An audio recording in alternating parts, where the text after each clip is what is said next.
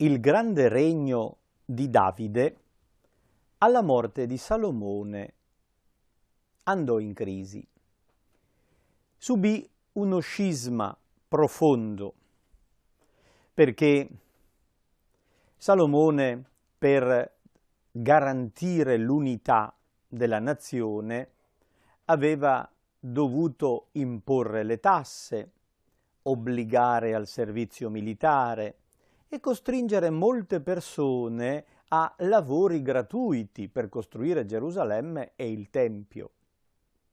Le tribù si erano unite per necessità, per andare contro il pericolo dei Filistei, ma ormai quel pericolo era stato superato e le tribù di Israele cominciarono a sentire il peso dell'unità piuttosto che i vantaggi.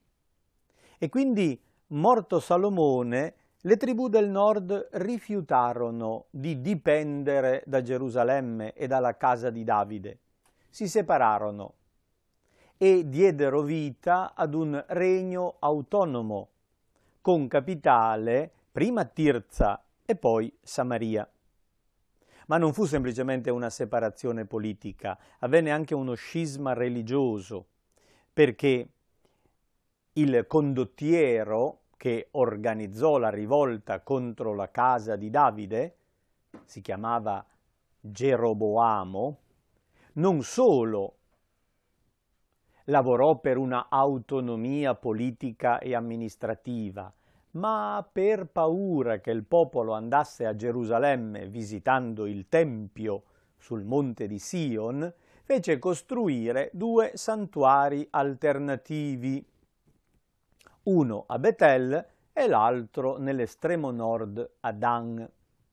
Betel divenne il santuario del regno. A Betel venne costruito un santuario alternativo a Gerusalemme, secondo le antiche tradizioni cananee. E quindi venne creato un autentico sincretismo, cioè mettendo insieme le tradizioni di Israele e le tradizioni della popolazione cananea, venne costruita una specie di religione ibrida. Così, ad esempio, il Signore, Dio di Israele, Adonai, veniva adorato nella forma del toro. Geroboamo costruì un vitello d'oro, un toro che rappresentava lo sgabello della divinità o l'animale simbolico portatore della potenza divina, ma di fatto poi la gente identificava il toro con la figura divina e le caratteristiche che il toro rappresenta, cioè la potenza e la fecondità. Queste erano le caratteristiche tipiche della religione cananea che, oltre al grande dio El, adorava il dio della tempesta, il dio giovane, potente, Baal. Signore significa semplicemente, è usato anche in ebraico per indicare il marito. Baal è il dio della fecondità, è il dio che garantisce che i campi siano fertili, che gli animali siano fecondi, che agli uomini nascano tanti figli. Perché in questa situazione la fecondità della terra, degli animali, degli uomini era una condizione indispensabile di benessere e quindi significava ricchezza e potere. Nei secoli seguenti allo scisma di Geroboamo, le tradizioni antiche di Israele nel nord andarono sempre più perdendosi e furono alcuni profeti particolarmente significativi che tennero viva la tradizione religiosa di Israele. in mezzo a queste vicende emerge la figura grandiosa di Elia. Egli compare nel racconto del primo libro dei Re, al capitolo 17, in modo improvviso, senza alcuna preparazione, senza presentare né l'infanzia, l'origine familiare, la sua vicenda personale giovanile o la vocazione.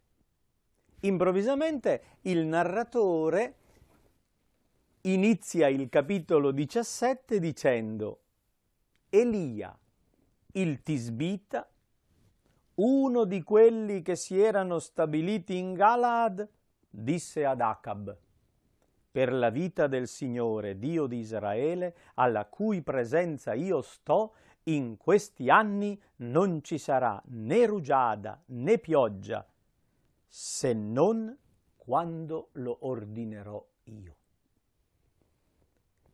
Elia il Tisbita, cioè abitante di Tisbe, piccolo e oscuro paese della zona transgiordanica. Il Galaad è il nord dell'attuale Giordania. Questo personaggio, di cui non ci viene detto nient'altro, compare così improvvisamente con questo oracolo rivolto al re Acab. Non ci sarà più né pioggia né rugiada.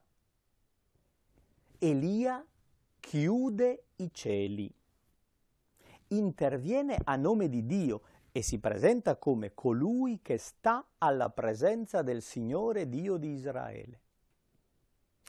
Ora, l'acqua che viene dal cielo è l'immagine più forte della fecondità della terra.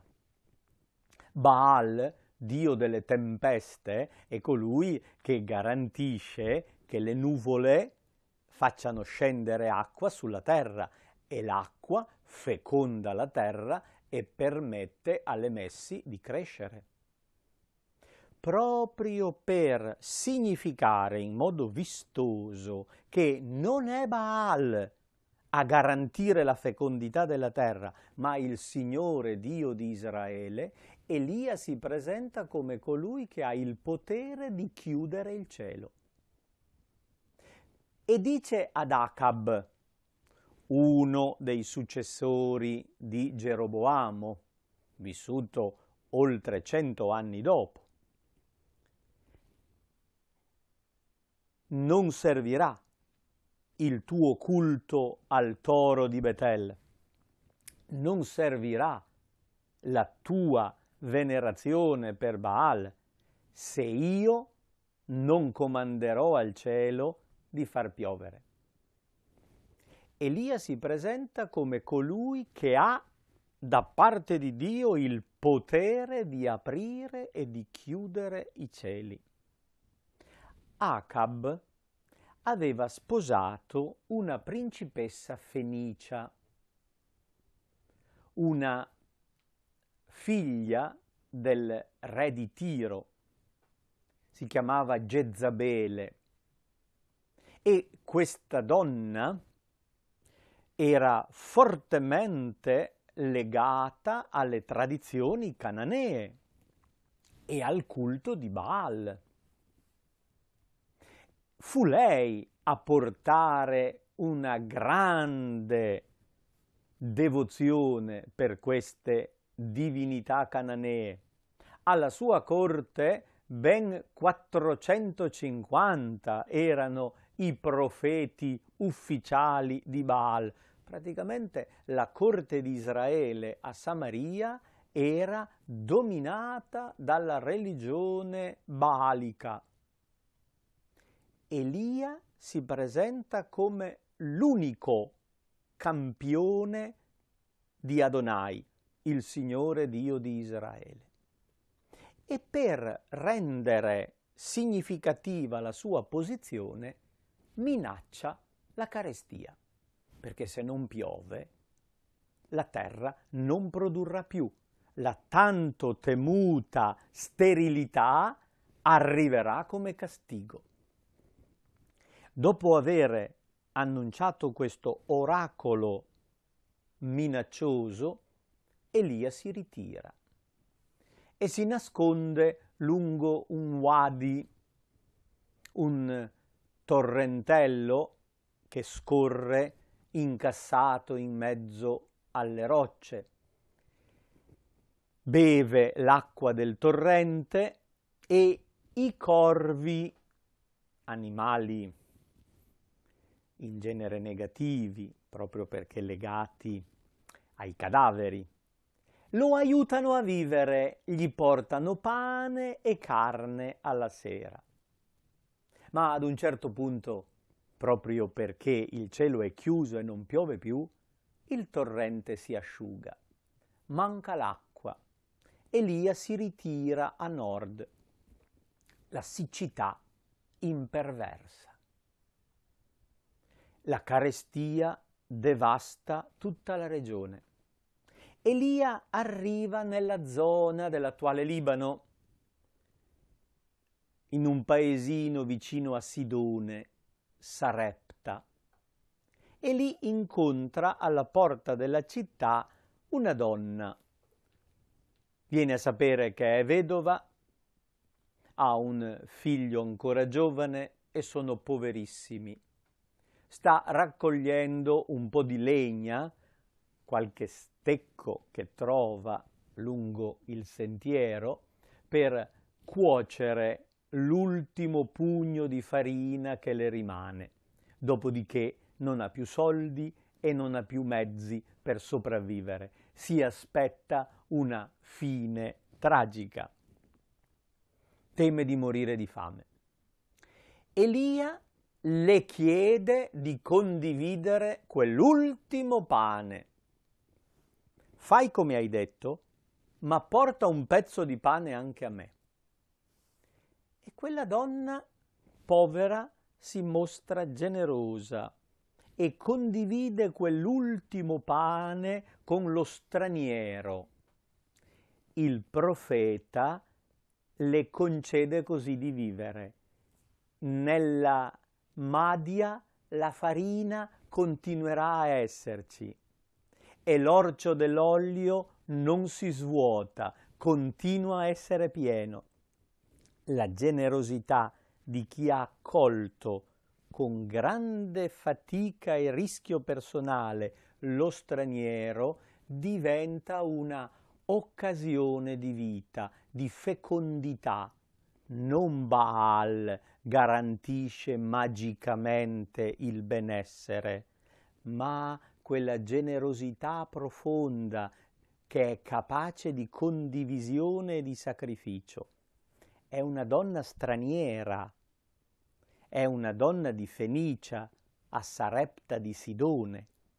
Gesù nel Vangelo ai suoi concittadini di Nazaret dirà che fra tutte le vedove che c'erano in Israele, Elia fu mandato ad una povera donna in Sarepta di Sidone.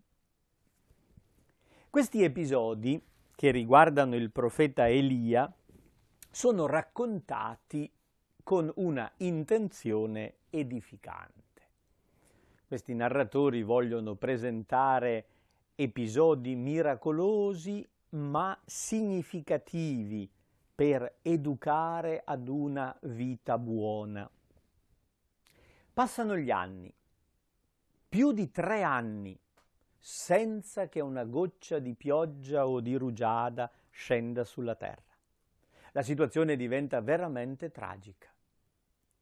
Dopo 3 anni Elia ritorna nel territorio di Israele e compare improvvisamente sulla cima del Monte Carmelo.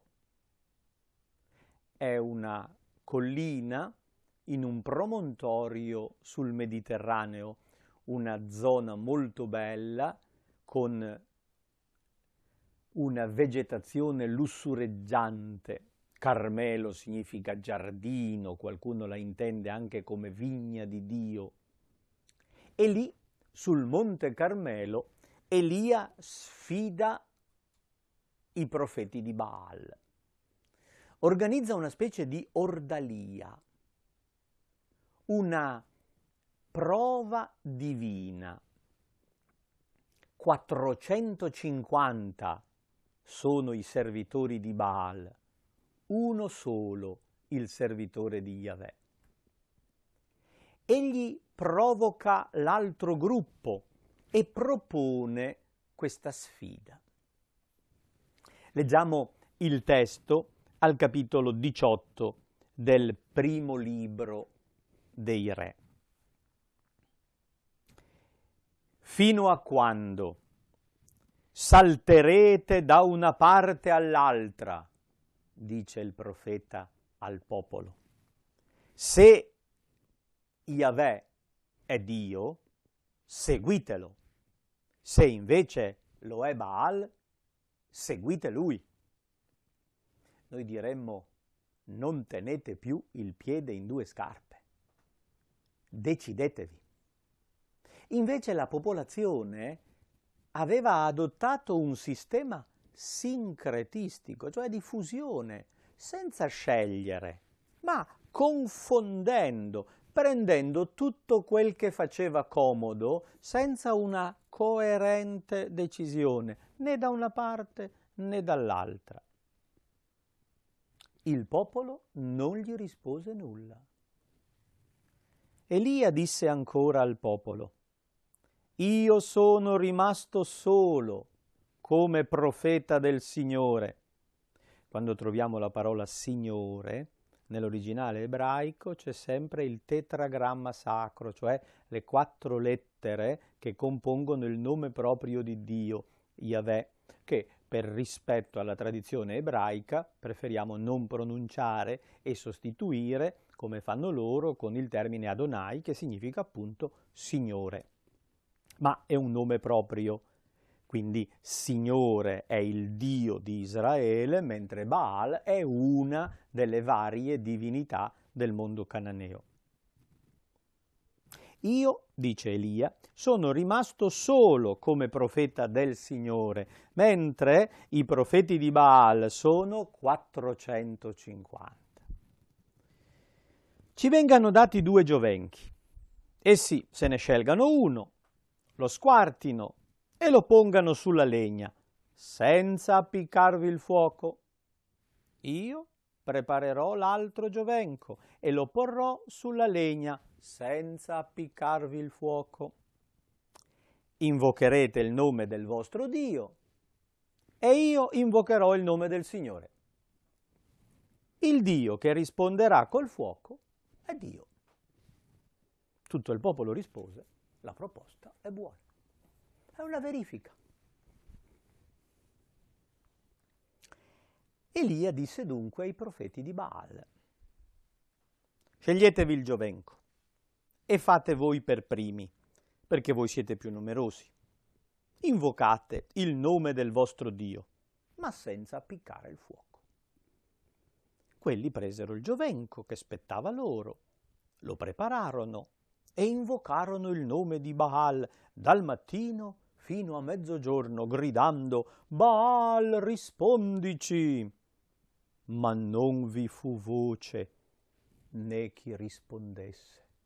Il cielo resta muto. Il cielo sereno, senza una nuvola, è una cappa di piombo. La terra ormai è secca, arida. Gridano in 450, cantando, saltando, ballando intorno all'altare, invocando Baal perché risponda, ma non ci fu una voce. Quelli continuavano a saltellare da una parte all'altra intorno all'altare che avevano eretto. Venuto mezzogiorno, Elia cominciò a beffarsi di loro, dicendo: gridate a gran voce, perché è un Dio, certamente. Sarà occupato, o forse avrà da fare, magari è in viaggio. forse dorme. Così, se urlate più forte, lo sveglierete. Gridarono a gran voce, si fecero incisioni anche secondo le loro abitudini, si tagliano, si coprono di sangue e continuano a saltare. Diventa una specie di rito orgiastico dal mattino fino al tramonto. Ma non vi fu né voce, né risposta, né un segno di attenzione. Elia disse dunque a tutto il popolo: avvicinatevi a me.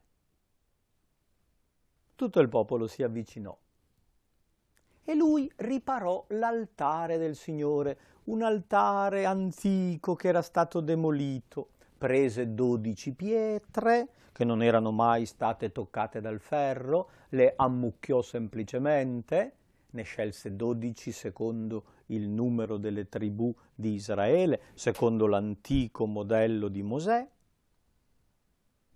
Con le pietre eresse un altare nel nome del Signore, scavò intorno all'altare un canaletto, poi dispose la legna, squartò il giovenco, lo pose sulla legna. Notate come il narratore rallenta la storia. Quindi disse ai giovani: riempite 4 anfore d'acqua e versatele sull'olocausto e sulla legna. Sapete cosa vuol dire far prendere fuoco a una legna bagnata? C'è un animale, un giovenco squartato sulla legna e vengono versate delle anfore d'acqua. Di nuovo, dice, per la 3ª volta ripetete il gesto. L'acqua scorreva, aveva riempito tutto il canaletto. L'acqua preziosissima viene buttata via, ma Elia sta facendo un gesto simbolico. Sta chiedendo il fuoco e versa acqua sulla legna. Al momento dell'offerta del sacrificio della sera, il profeta Elia si avvicinò e disse pregando: Signore, Dio di Abramo, di Isacco e di Israele, oggi si sappia che tu sei Dio in Israele e che io sono tuo servo e che ho fatto tutte queste cose sulla tua parola. Rispondimi, Signore, rispondimi, e questo popolo sappia che tu, o Signore, sei Dio e che converti il loro cuore. Cadde il fuoco del Signore e consumò l'olocausto, la legna, le pietre, la cenere, prosciugando anche l'acqua del canaletto. Un fuoco del cielo è un fulmine. Un fulmine a ciel sereno? Si è rannuvolato. Sono arrivate le nuvole, erano anni che non se ne vedevano più. Scoppia il temporale. Il primo fulmine colpisce l'altare costruito da Elia e incendia la legna, consuma il sacrificio e si mette a piovere a dirotto. Elia aveva detto che non sarebbe più venuta una goccia d'acqua finché non l'avesse detto lui. Adesso lui lo chiede nella preghiera, il cielo si apre e il Signore Dio di Israele rivela di essere lui a dare la vita. Ed Elia trionfa, il popolo lo acclama dicendo il Signore è Dio, ma il profeta aveva nel suo nome già quel concetto. El è il nome comune, Yah è il nome proprio, El-Ia vuol dire Yahweh è Dio. Immaginate il popolo che acclami facendo il tifo, Elia, Elia, Elia, Elia, Elia. Solo Yahweh è Dio. Elia ne approfitta e fa tagliare la testa a tutti e 450 i profeti di Baal. Elimina in modo drastico le relazioni con le altre religioni. ma non ha vinto. È riuscito vincitore in quello scontro, ma ha perso la guerra. La regina Jezabele è furibonda, mette una taglia sulla sua testa, lo vuole vivo o morto, ed Elia deve fuggire nel deserto.